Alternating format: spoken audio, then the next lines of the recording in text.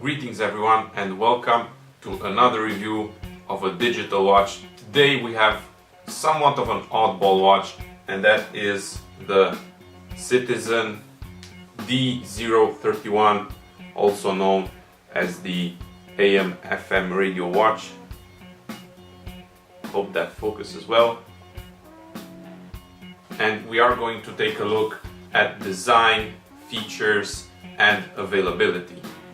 Now, from a design perspective, the watch is rather boxy, but it does have some angles. The case is made of plastic, but it's none of that poor quality plastic. It's actually one of those good thicker plastics. It oozes quality. The watch has been made in several colors. I don't know all the colors, but I do know that they have the yellow color, they have the black, there is a white one, and apparently there is also a pink one. And the pink one I just saw the other month. There is one lingering on eBay waiting for a buyer. The watch is actually made of two parts. It's actually the watch, and you can see this black part right here. Actually, this is detachable.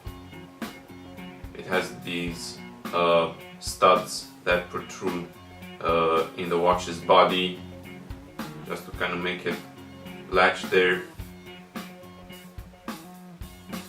And this is actually a battery pack, and the battery pack is used only for the radio function. It has some small contacts on the side, which will make contacts with these pads on the watch, and they are 4 in number because they provide power, and they also take the signal from the radio inside the watch, and they actually take it out on this port on the side, which is actually the headphone jack. So features. This watch has two features. Well, since it's a watch, of course it has the watch feature. It's a very simple watch. We are going to open it up, and you will see that the watch is actually on the lower part, and it's just this tiny module. It doesn't have anything spectacular. It just shows the time, and it actually shows the date. Very simple. Two buttons on the side, just so you have the ability to set it and check the date, and that's pretty much it for the watch part. And it actually sits in this tiny spot in the lower part of the watch. Now the rest of the watch, it is a radio, which is the second feature, which is the most interesting part of the watch. And it is a separate module, so practically what Citizen have done, and we've also seen this in the C010, they've actually separated the units of the watch. The same thing we see here. The radio is actually an independent part, and it does have an integrated antenna, so you won't have to rely on the cable. It has AM and FM, and in the middle you have a switch to switch between AM and FM. You have two tuning knobs on the watch, and here on the side you have the volume knob. It is mono. You won't have stereo sound, but considering for what this was back then, I would say that is a pretty nice feature. Going on to the battery pack, mine isn't actually original, because the original one would have a latch here on the back, which would catch on the watch's back, just to kind of secure it in place, make sure that it doesn't fall out. Mine doesn't have that because I bought the watch as a single unit, and what I ended up back then, because the other options were expensive, I built my own battery pack, and it's actually made out of aluminium. It was machined on a mill. Functionally it does the same thing, but the innards are pretty different, starting with the fact that I don't have that latch, so I will have to rely that these two studs kind of wedge in there. It still runs on three 1.5 volt batteries, and you kind of just plug it in. So hopefully the camera can pick it up.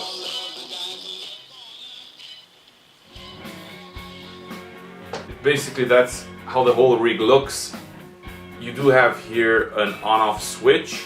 If you move your hands, it might move away from that. But if you want to wear it without the battery pack, I think it looks quite nice. Quite interesting. So here we are with the watch.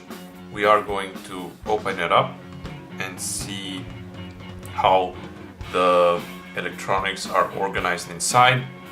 I'm not going to open the battery pack since it's not an original piece.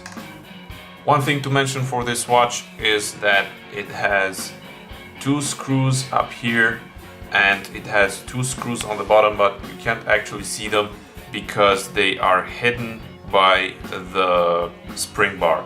So you do need to disconnect this before you can take the backside away.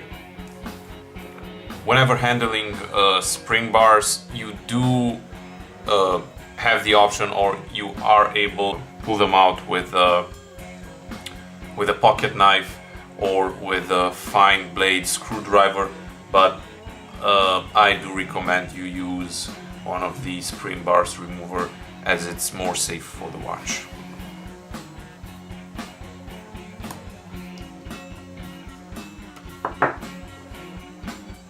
Whenever you have to choose between a Phillips head screwdriver and a flat blade screwdriver, I always use a Phillips screwdriver because it prevents the screwdriver from slipping out on the sides and making a nasty scratch on the watch. So here we are inside the watch. Okay, so we do see that it has this very fine gasket around the watch in a very odd shape. You won't be able to replace this if you misplace it, but it's a nice touch from Citizen, just showing that what they do was built with quality. So what we see here is actually the module for the watch. So this is all that the watch needs to tell the time. It's all integrated in there, running on a small battery. It does have two buttons on the side, and it's not connected to the radio module in any way. And yeah, the upper part is the radio module. The tuning wheels are on the other side. I'm not going to take the module out. If you do end up wanting to take the watch module out, be careful that this wheel actually has here one of those disc retainers, so you have to pull that out. Okay, and the watch module fell out actually, and you can actually see how tiny it is, and I wouldn't be surprised if Citizen already used this in any other watch from that period. Another thing to mention, if you want to take the watch apart, aside from having to take out this, you can actually see it. This is one of those, as I said, disc retainers. You just have to kind of pull it out upwards. After you remove that, you can the radio module will just come out. Do not pull on these two tuning wheels upwards, because they also have disc retainers, but you cannot actually see them because they are hidden by the watch board. So do not start the disassembly with pulling these out, because you will just end up breaking them. If you have a keen eye, you will see that this doesn't quite look original. Now, I spent 30 euros, 30 something with shipping on this watch, because it had this switch missing, so I ended up having to do that out of aluminum too. It didn't have the battery pack, so basically it was sold as spares. But the amount of time and parts and aluminum stock material that I ended up investing it in may have gotten me this watch with the original battery pack, but you learn.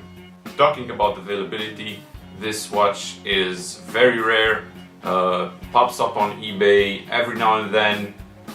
If you do go for the black version, I do think there is one for sale right now, maybe two. And if you go for the colored versions, you might end up paying a higher price. If you do manage to find one in the original box and you do have the original headphones, I believe you had two earpieces, still mono, but if you do find one with the original earpieces, that is quite a find, so do grab it if it's at a good price. So that is it for today's review. Hopefully you've enjoyed it, and I will start saying what we are going to review in the next video. And for the next video we are looking at the Alba Y739 calculator watch. I will try to add an image somewhere here on the screen. I do have an new old stock piece coming in, and we are going to review that. Until next time, wear your digital watches and look cool doing it.